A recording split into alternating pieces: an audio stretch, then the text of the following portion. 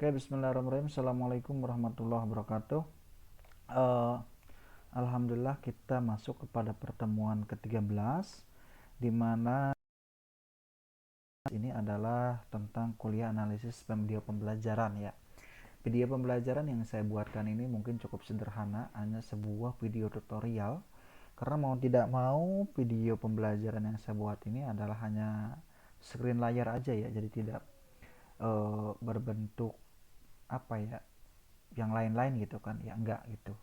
Di sini teman-teman nanti kuliah daring analisis video pembelajaran ini tadi nanti teman-teman akan disuguhkan sebuah kuis untuk menyerap apa yang sudah saya sampaikan pada hari ini ya. Tentu nanti juga akan saya kasihkan juga file presentasinya buat rekan-rekan semua. Dimana pada pertemuan ke-13 ini ada dua pokok bahasan, yaitu yang pertama adalah mengenal apa itu media pembelajaran Prezi, yang selanjutnya adalah kelebihan dan juga kekurangan media pembelajaran Prezi. Nah, setelah kemarin rekan-rekan mempelajari tentang pembuatan video, editing video, terus PowerPoint, terus pembuatan aplikasi Android ya, saya juga akan mengajarkan yang terakhir itu adalah media pembelajaran Prezi. Kenapa sih harus Prezi dan untuk apa gitu? Saya sengaja memberikan berbagai macam media pembelajaran untuk apa? Untuk teman-teman ini melaksanakan sidang skripsi begitu ya. Melaksanakan sidang skripsi sehingga media pembelajaran yang akan dipergunakan itu tidak hanya itu-itu aja gitu. Nah, mau tidak mau nanti teman-teman ini mungkin akan dipecah media pembelajaran A, media pembelajaran B. Kalau ada banyak kan enak juga gitu. Untuk siapa? Untuk rekan-rekan semua gitu. Dan sadar tidak sadar bahwa ketika rekan-rekan dosen pun ketika ingin mengajukan tentang media pembelajaran Prezi ini ternyata di ACC loh untuk penelitian dosen pemula itu, PDP itu. Dan nilainya juga cukup lumayan lah gitu ya, tambah kosong teing gitu kan. Itu sekitar di angka 20 jutaan lah kurang lebih. Banyak juga yang sudah menggunakan media pembelajaran Prezi ini. Nah, gitu ya. Lalu sebenarnya apa sih media pembelajaran Prezi itu? Di sini media ataupun pengertian multimedia Prezi ya, pengertian media Prezi atau multimedia Prezi. Prezi adalah sebuah perangkat lunak presentasi berbasis internet ya. Kalau ini kita berbasis offline yang namanya PowerPoint itu, tapi kalau Prezi itu dia mirip lah ya. Kalau saya bilang itu sedikit-sedikit mirip gitu kan. Cuman beda juga gitu. Cuman dia sifatnya itu online ya, tidak berbentuk offline, tapi dia online. Di sini dikatakan dia itu berbasis internet. Selain untuk melakukan presentasi, Prezi juga dapat sebagai alat untuk mengeksplorasi berbagai ide kanvas virtual ya. Jadi tidak hanya alat apa ya, alat presentasi, dia juga sebagai kanvas virtual ya. Contohnya seperti apa? Nanti kita akan bahas. Prezi menjadi unggul karena program ini menggunakan Zoom Interface (ZOI) ya, yang memungkinkan pengguna Prezi untuk memperbesar dan memperkecil tampilan presentasi mereka. Nah, Prezi itu seperti cermin ya. Misalkan yang ini nih ada, ini di zoom bisa kelihatan nanti zoomnya gitu ya. Misalkan ini ada simbol ini, dia itu ngezoom nih yang ini ya. Jadi ngezoom gitu kan, nanti ada kata-kata apa lagi dan seterusnya begitu. Jadi seolah-olah kayak mirip apa ya, jadi kita bikin dulu pokoknya apa, nanti tuh ada subpokok subpokok subpokok subpokok gitu. Kalau di dalam PowerPoint itu mirip kayak link-link gitu deh, pokoknya begitu. Cuman dia posisinya tuh ngezoom gitu, memperbesar gitu, kayak tampilannya memperbesar gitu. Makanya di sini eh, penggunaan itu menggunakan memperbesar dan memperkecil tampilan gitu. Tampilan apa? Tampilan file presentasi yang dibuat begitu. Dari uraian tersebut dapat dikemukakan bahwa Prezi adalah penyedia layanan presentasi daring ya, presentasi online ya, yang menawarkan jenis akun dan pilihan untuk membuat penyimpanan presentasi digital. Perangkat lunak presentasional harus menyiapkan alur cerita linear pendekatan storyboard. Storyboard itu apa sih? Nah, dan bagaimana contohnya? Baik, saya akan buatkan. Nah, pertama, saya buat lagi satu slide ya sebelah sini. Nah, misalkan kita buat dulu nih konsepnya. B. Jadi nanti dia tuh ngeling-ngeling kemana gitu kan, kayak storyboard gini, kayak gini-gini dulu gitu. Jadi nanti setelah itu baru diling-lingkan, ini ngeling ke sini gitu kan, ini ngeling ke sini gitu kan, ada lagi nih ke sini misalkan ya. Nah itu, jadi storyboard ini ataupun kerangka-kerangka ini baru nanti setelah itu di akhirnya itu dilingkan, baru kita di zoomkan begitu, sehingga apa namanya, tadi dia mengatakan bahwa berbentuk storyboard. Kalau teman-teman pernah mengetahui sebuah media video yang sesungguhnya ya, kalau diajarkan tentang pembuatan film, maka ada yang disebut dengan storyboard, scan-scanannya lah ya. Kalau dalam PowerPoint saya menganggapnya bahwa ini seperti ini nih, ini misalkan storyboard pertama, ini storyboard kedua, begitu dia berjalannya menggunakan link begitu. Nah, selanjutnya adalah sejarah munculnya Prezi. Ya, ini sejarahnya ya, kita juga harus tahu bentuk sejarahnya. Pada awalnya kan dikembangkan oleh arsitek Hungaria bernama Adam Somlai Priester ya, sebagai alat visualisasi arsitektur. Misi yang dinyatakan oleh Prezi adalah untuk membuat berbagai ide menjadi lebih menarik. Nah, idenya apa? Nanti dituangkan itu agar jauh lebih menarik. Dan Prezi sengaja dibuat untuk menjadi alat untuk mengembangkan dan berbagi ide dalam bentuk visual yang bersifat naratif. Nah, ini ya, bersifat naratif ataupun narasi lah, seperti itu. Ya, kalau nanti kalau tambahkan gambar segala macam pun bisa ya, video segala macam pun bisa. Kita menggunakan Prezi tersebut. Dan ini adalah tampilan daripada Prezi yang mirip-mirip lah. Kalau saya bilang itu cuma beda template doang. Cuman tadi kelebihannya dia bisa di zoom. Dan kelebihannya lain-lainnya adalah dia filenya itu berbentuk online. Begitu. Nah, di sini selanjutnya ada menu-menu yang ada pada Prezi ya. Menu nih ya, kayak menu-menu begini. Ya sama aja sih sebenarnya menu-menunya juga ya. Yang pertama, menu yang ada pada Prezi itu adalah insert ya. Insert itu apa sih? Insert mengunggah berkas media dan memasukkan bentuk-bentuk seperti panah, garis bebas, atau tembolok. Ya seperti ini aja lah. Insert itu ya memasukkan apa yang ingin dimasukkannya. Kalau di PowerPoint adalah masukkan tabel segala macam, begitu pun sama. Ya, garis, ya yang lain-lain lah. Begitu. Di menu insert itu menambahkan. Insert itu artinya menambahkan ya. Begitu. Itu menu yang pertama. Yang kedua ada juga frame. Ya. Ada juga frame. Frame menyisipkan wadah di sekeliling konten berpresentasi untuk mengelompokkan konten. Wadah yang tersedia adalah bracket, lingkaran, segitiga, dan tersembunyi. Nah ini frame ini ya, wadah ya di sekeliling konten, jadi seperti inilah ya, frame itu garis tepi lah, seperti itu, atau mungkin ya mirip-mirip seperti itulah ya. Jadi frame itu seperti figura kalau dalam foto itu ya, frame itu gitu. Jadi nanti mengelompokkan konten yang ada bracket, lingkaran, segitiga, dan tersembunyi, bebas, nanti tergantung pilihan dari teman-teman semua. Yang selanjutnya adalah adanya juga yang namanya pad ya, pad ya. Di sini adanya pad yaitu untuk apa? Pad di sini untuk mengatur tampilan navigasi atau navigasi satu persatu, menangkap tampilan dalam sebuah bingkai, wadah, atau menghapus seluruh arus dan memulainya dari awal ya. Terus juga ada color dan font. Nah, di sini dijelaskan juga bahwa ada warna dan juga jenis tulisan ya. Tulisannya itu mau bagus, mau jelek gitu kan. Ya, tergantung gaya Anda gitu kan. Masing-masing yang punyanya pengennya apa gitu. Mau warna merah, mau warna kuning, mau warna biru gitu kan. Kurang lebih seperti itu. Sebentar, saya stop dulu recordnya. Oke, selanjutnya adalah ketika teman-teman ingin tadi sudah melihat ya sejarahnya, apa itu Prezi. Jadi selanjutnya adalah teman-teman juga bisa melihat nih, oh, mana sih webnya gitu kan, katanya berbasis online. Teman-teman cukup mengetikkan di Google dengan kata kunci Prezi ya. Jadi teman-teman cari di internet Prezi atau masuk ke prezi.com langsung. Jadi nanti teman-teman akan disuguhkan sebuah tampilan web Prezi seperti ini.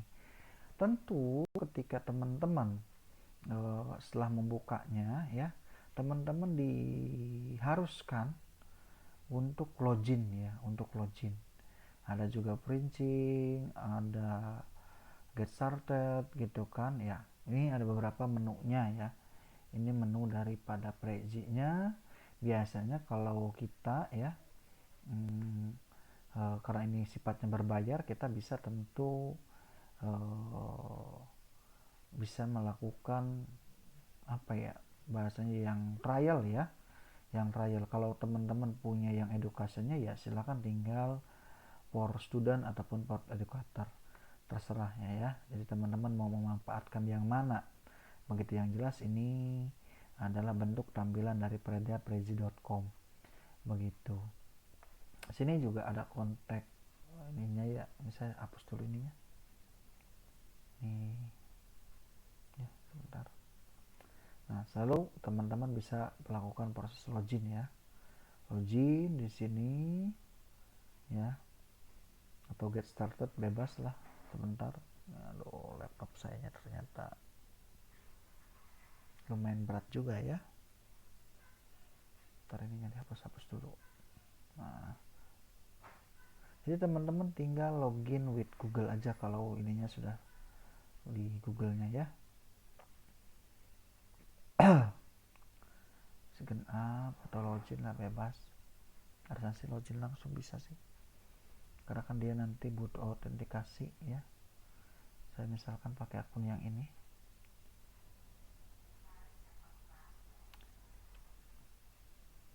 Begitu. Tunggu beberapa saat.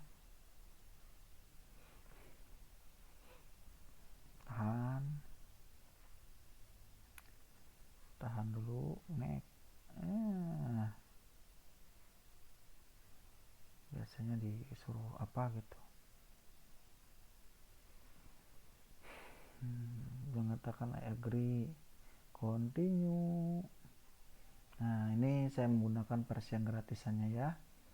Begitu. Jadi teman-teman kalau mau trial itu nggak apa-apa, bebas ya.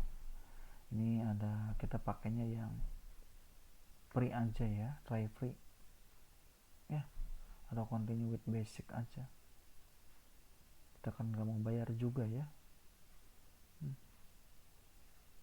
Skip aja ini. Nah, maka teman-teman nanti welcome, sudah ketemu nih tampilan Prezi-nya harusnya. Mudah-mudahan gak banyak drama lagi suruh ngapain gitu. Karena ini ya, kalau teman-teman di sini bisnis atau student educator ya, kalau teman-teman student boleh ya, order lah ya, atau apa kayak high school next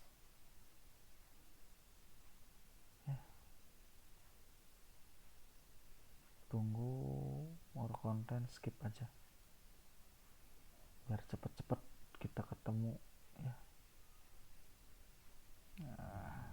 Nah, persentase mudah dah ya tampilannya ya.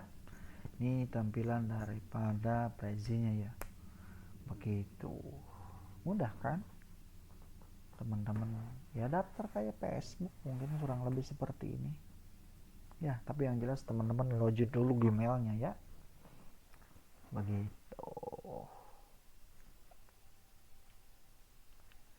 Selanjutnya adalah, sebentar ini sampai tunggu dulu deh.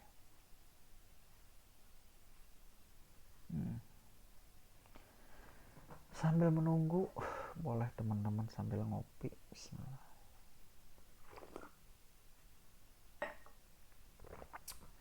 Something went wrong ya. Mana aja di teman-teman masih nggak bakalan seperti ini. Saya kalau sambil ngerekam layar itu jujur berat banget ya. Jujur berat banget. Ya, begitu. Jadi nanti langsung tampilannya itu sama dengan yang sudah tadi awal saya kemukakan yang ini nih. Ya, di slide presentasi. Begitu. Kita dulu. Oke, lanjut ya. Ini apa namanya? Tampilan dari Prezi ya setelah saya daftar tadi. Insya Allah pada minggu pertemuan selanjutnya nanti akan kita bahas bagaimana sih membuat presentasi online menggunakan Prezi ini ya, tapi bukan untuk apa ya, semuanya untuk dibahas hari ini ya, enggak, nanti minggu depan ya, sesuai dengan jadwal di pertemuan ke 14 ya, ini masih pertemuan ke 13. Selanjutnya adalah kita balik lagi ke slide. Kelebihan media pembelajaran Prezi. Salah satu kelebihan dari aplikasi Prezi yang paling mencolok adalah dari segi tampilan yang disokong teknologi Zoom user interface. Ya, itu ya, paling mencoloknya itu dia bisa nge-zoom ya. Jadi dia paling mencoloknya itu.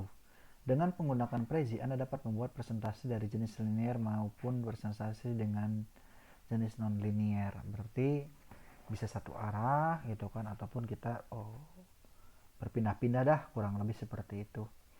Presentasi linear sendiri berarti saling dia yang bersensasi rapi, saling berurutan. Nah, ini intinya saling berurutan ya. Sedangkan non-linear lebih kreatif seperti mind mapping. Ya, jadi dia mapping dulu, mau kemana dulu, ya gitu ya. Seperti itu. Dengan tampilan yang lebih menarik, Prezi juga tetap menyediakan fitur lengkap untuk menyimpan gambar maupun video ke dalam salindia presentasi. Jadi ke dalam slide-nya itu bisa dibuatkan video juga ya, video, gambar itu bisa masuk ke dalam Prezi tersebut, begitu kurang lebihnya. Selanjutnya adalah kekurangan dari media pembelajaran Prezi. Nah, ini kira-kira apa ya kekurangannya? Kekurangan di samping kelebihan animasi yang dibawakannya, Prezi memiliki kekurangan tertentu. Pertama, jika Anda ingin menggunakan semua fitur secara gratis, Anda hanya memiliki masa trial selama 30 hari. Nah, ini ya, ada masa trialnya itu selama 30 hari. Jadi tadi kan ada harga-harganya di sini ya. Jadi dia ini software berbayar ya. Jadi kalau ingin bayar ya unlock fitur di sini. Jadi teman-teman tinggal berbayar aja berapa gitu kan. Tapi kalau kita hanya sebatas ya yang sederhana-sederhana aja deh gitu kan, ya udah berarti kita modenya mode gratis aja gitu. Kalau nggak ingin bayar nggak apa-apa. Setelah itu penggunaan fitur akan dihadapkan pada berbagai pembatasan ya. Nggak apa-apa, kita nanti cobanya yang gratis aja lah, nggak usah yang berbayar ya, karena sayang juga uangnya buat rekan-rekan semua. Sorry. Kedua, penggunaan aplikasi umumnya adalah secara online, sehingga akan menghabiskan lebih banyak data. Nah, ini ya.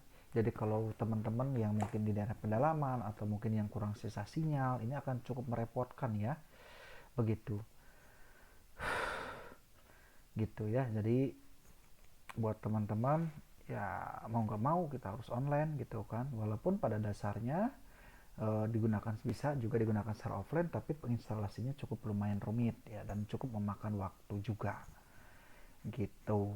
Jadi insya Allah nanti minggu depan kita akan coba praktek Prezi, tapi untuk sebab itu teman-teman silahkan daftar dulu nih dengan cara yang tadi gitu kan, yang sudah saya jabarkan. Si Prezi ini gitu kan, ini cukup lumayan bagus. Kalau saya bilang itu cukup lumayan menarik si Prezi ini. Silakan rekan-rekan untuk membuat akun ya. Jadi nanti kita tinggal praktek aja pada pertemuan ke 14 itu. Jadi nggak harus daftar ulang gitu kan, begitu.